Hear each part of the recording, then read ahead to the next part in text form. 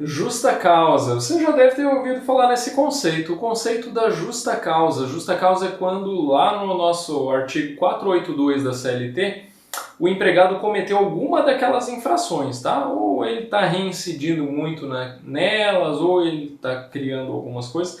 Então são alguns motivos aos quais os empregados dão aos empregadores motivos para que o empregador rescinda o contrato dele por justa causa. E nesse caso o empregado perde inúmeros direitos trabalhistas, tá? Então, por exemplo, um empregado foi lá, por algum motivo se irritou, foi lá e deu um soco no outro empregado. É um motivo para justa causa, tá lá elencado no 482 da CLT.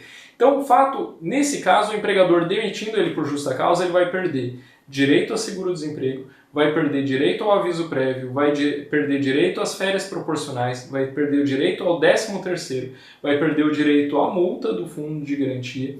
Então, ele vai ter ao saque do fundo de garantia. Então, ele basicamente se recebe muito pouco saldo de salário, férias vencidas, se tiver, e alguma outra coisa de remuneração que ele eventualmente tenha, tá?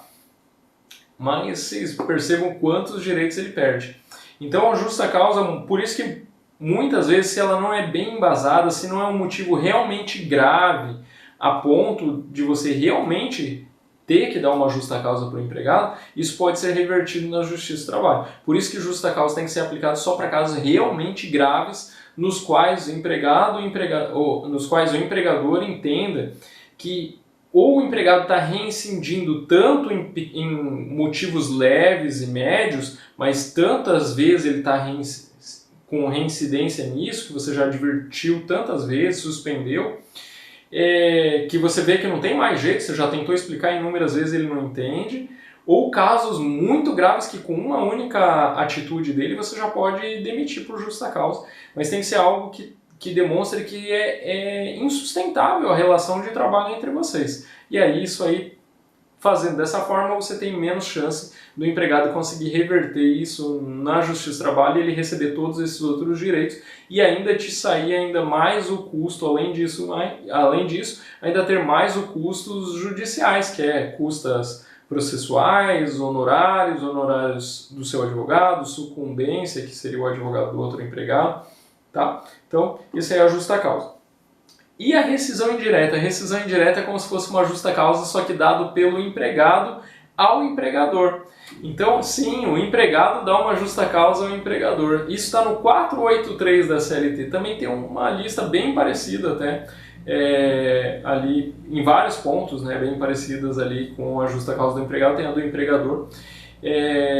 Que também, por exemplo, se o empregador for lá, por algum motivo o empregado respondeu mal ele, o empregador perdeu a cabeça, foi lá e deu um soco no empregado.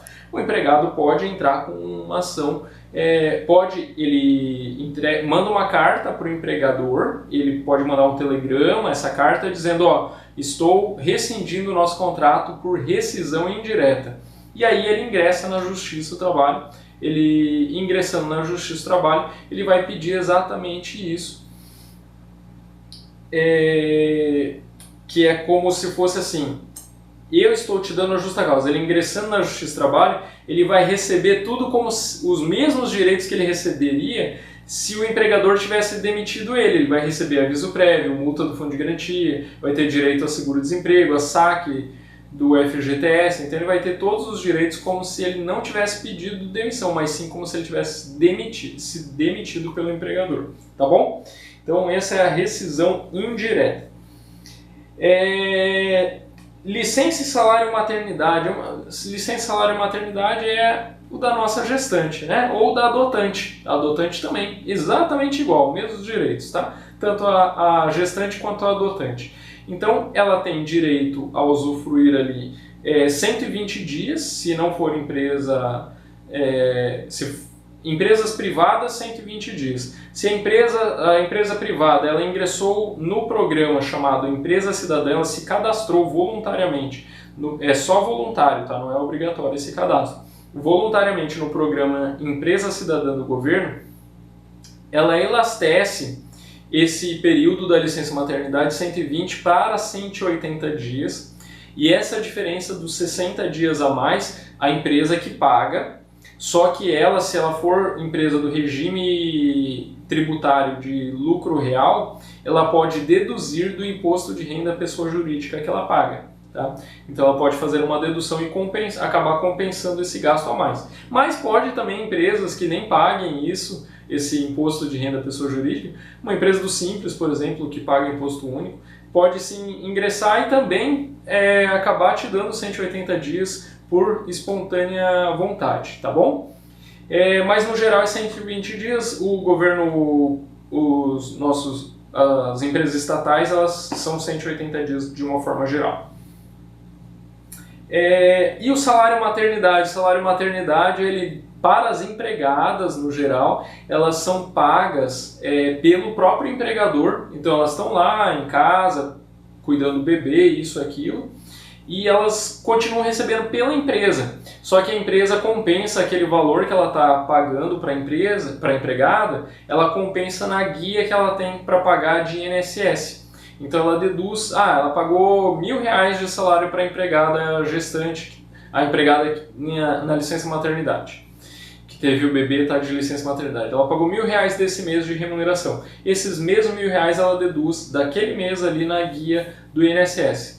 Tá? Então funciona dessa forma, o custo é do governo e a empresa pode deduzir na guia. LTCAT, pessoal, LTCAT é um laudo técnico, assim como outros laudos que eu vou explicar para vocês, como PPRA, PCMSO. Esse laudo ele vai trazer para você, é feito por um engenheiro ou técnico do trabalho, ele vai trazer para você essas especificações, se a sua empresa ela possui insalubridade, periculosidade, algumas situações de risco ali, tá? Multa do fundo de garantia. Multa rescisória do fundo de garantia é uma multa que todo empregador paga quando ele faz uma dispensa, tá? Uma dispensa do empregado. Tem também hoje, depois da reforma trabalhista, surgiu a rescisão também por mútuo acordo do empregado, o empregador também paga essa multa rescisória. Só que a diferença é que quando o empregador demite o empregado, ele paga 50%. Desses 50%, 10% vão para o governo, para o Fundo de Amparo ao Trabalhador, os outros 40% vão para a conta do empregado. Então, se ele tinha R$10.000 lá de fundo de garantia, o empregador vai pagar mais R$5.000, 5.000, 1.000 vai para o governo, 4.000 vai somar naqueles 10.000 lá para o empregado. O empregado sairia com 14.000, tá? E no mútuo acordo é 20% só o valor da multa, tá? Tem 10% para o governo e 20% para o empregado, no caso da rescisão por mútuo acordo. Participação nos lucros, basicamente no geral ela é voluntária pela empresa ou algumas convenções coletivas obrigam. Então assim, a empresa ela fecha lá o balanço dela, ela identifica que ela teve um lucro e esse lucro, uma parcela desse lucro ela distribui entre os empregados, isso é a participação nos lucros. E hoje ela só sofre tributação de imposto de renda, tá? E ela pode ser paga a cada 6 meses para o empregado. A participação nos lucros, o PAT. PAT, pessoal, é o Programa de Alimentação ao Trabalhador, é um programa do governo que ele fala sobre tudo relativo à alimentação dos seus empregados. Sobre o fornecimento de vale alimentação, sobre a possibilidade de você descontar um pouco daquele valor que você paga para o empregado, que você acredita no cartãozinho de vale alimentação, por exemplo, para o empregado. Se você quer descontar um percentualzinho lá, isso tudo está regulamentado na lei. Como é que você pode fornecer? Lá diz que você não pode fornecer em dinheiro. Lá fala sobre algumas obrigações, por exemplo, alguns casos específicos que a empresa, por exemplo, ela acabe fornecendo o alimento in natura lá, ela mesma cozinhe, né, tem um local, um profissional que vai fazer a comida para os trabalhadores, você então tem uma supervisão de uma nutricionista cadastrada pela sua empresa, como ela sendo responsável no PAT.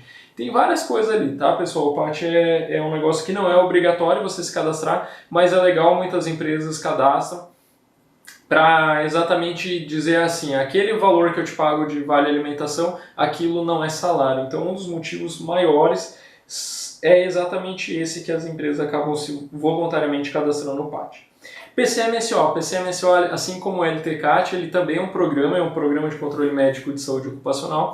Esse programa, vocês lembram que eu falei lá dos exames, né, que o empregado tem que fazer, admissional, periódico, retorno ao trabalho, mudança de função, demissional, tudo mais. Tudo isso vai estar no PCMSO. O PCMSO ele vai ser um controle disso tudo, da saúde do seu empregado, de quando ele deve realizar, quais tipos de exame ele deve realizar, se ele tem que fazer exame de audição, de visão, de acordo, ele é motorista, vai ter que fazer de audição, de visão, vai ter que fazer exame de coração, tudo isso é estipulado pelo médico do trabalho, tá?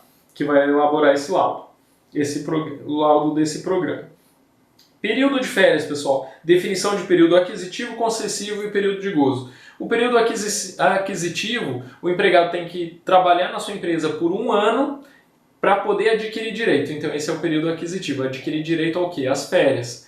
Período concessivo. Depois desse 1 ano trabalhado, a empresa tem 1 ano depois disso como para conceder esses 30 dias das suas férias. Então é o que a gente chama de período concessivo. E período de gozo é qual mês, qual período desse 1 ano inteiro aí, em qual período você escolheu para ela usufruir as férias. Esse é o período do gozo das férias. Tá? E se o empregador por algum motivo acabar extrapolando o período concessivo, ele tem que pagar a multa chamada multa do dobro das férias. Ele paga em dobro as férias do seu empregado, tá? Tem só alguns casos ali que ele conseguiria escapar, por exemplo, ele estava deixando para o final do período concessivo para conceder as férias do empregado, e o empregado se acidentou ou ficou doente, se afastou pela Previdência e perdeu o prazo. Nesse caso ali tem como justificar, tá?